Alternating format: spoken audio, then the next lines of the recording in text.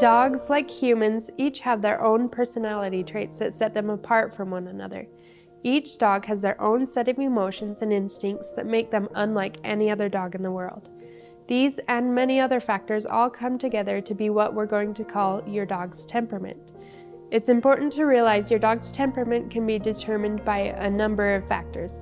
We're going to talk about a breed's common characteristics, the unique genetic sequence of each dog, the environment they're coming from, and their age.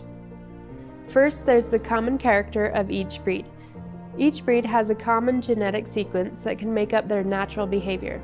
With each breed, there are specific traits that are honed in through centuries of breeding to develop certain desired temperaments.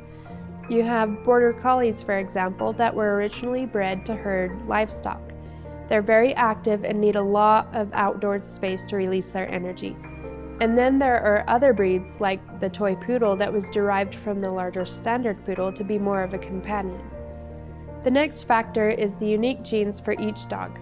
Even though each puppy takes on part of the genetic makeup from each parent and the corresponding breed, there's still enough variance in how these genes come together that widen the spectrum of possible personalities that each puppy can develop. Because of this, you could have 2 or more puppies from the same litter that differ from one another dramatically. Even though they're born in the same environment from the same parents, you could have a puppy that is very energetic and playful and another one that's very calm. The next important factor is the past or current environment of your dog. If a dog is left undeveloped, it will pick up whatever habits or characteristics that life presents. If they're coming from a rescue shelter, they may have developed more anxiety and stress that you'll need to work with in a more calming and trusting manner. It may take longer to build trust with your dog before you can begin on obedience training. Now let's talk about the age of a dog. You may have heard the common phrase, "You can't teach an old dog new tricks." Well, people say this because when a dog has been so accustomed to behaving a certain way all their life, it can take more effort to change what they're used to doing and what you're requesting them to do. This doesn't mean it's impossible to teach an older dog. They have developed more wisdom and are accustomed to environments that can give them more patience to work with you. This can be a lot more convenient with some obedience skills like stay. Older dogs also have much stronger and more developed bladders, which gives them more control when being house trained.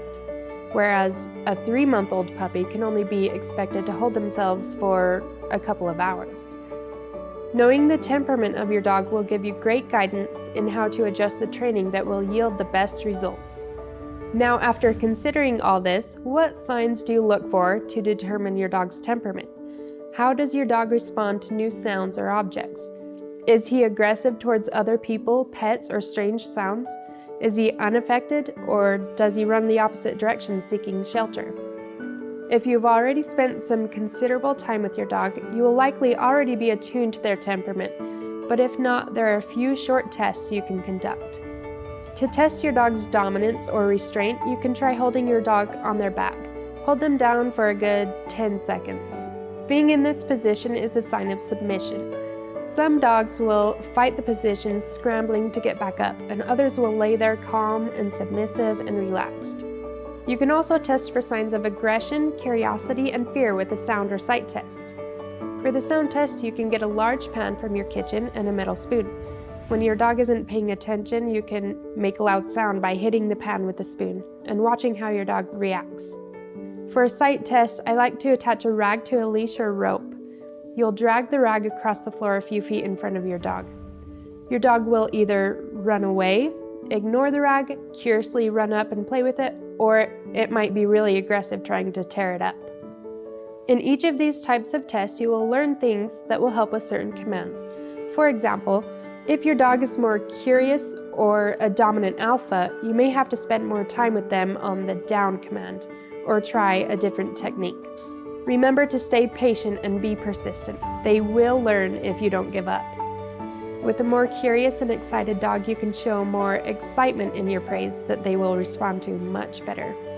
A dog with a more calm temperament might easily go down and may even default to the down command when trying to teach the sit command.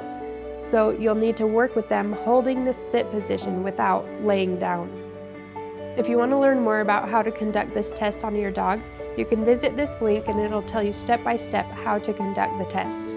To summarize, there are no two dogs alike. Each will have a unique temperament and you'll need to adapt your training, but always use positive reinforcement. You don't want to ruin the trust you have with your dog because it will make working with them in the future much more difficult. If you follow these guidelines, just like you can teach a child their ABCs, you can also teach your dog proper obedience.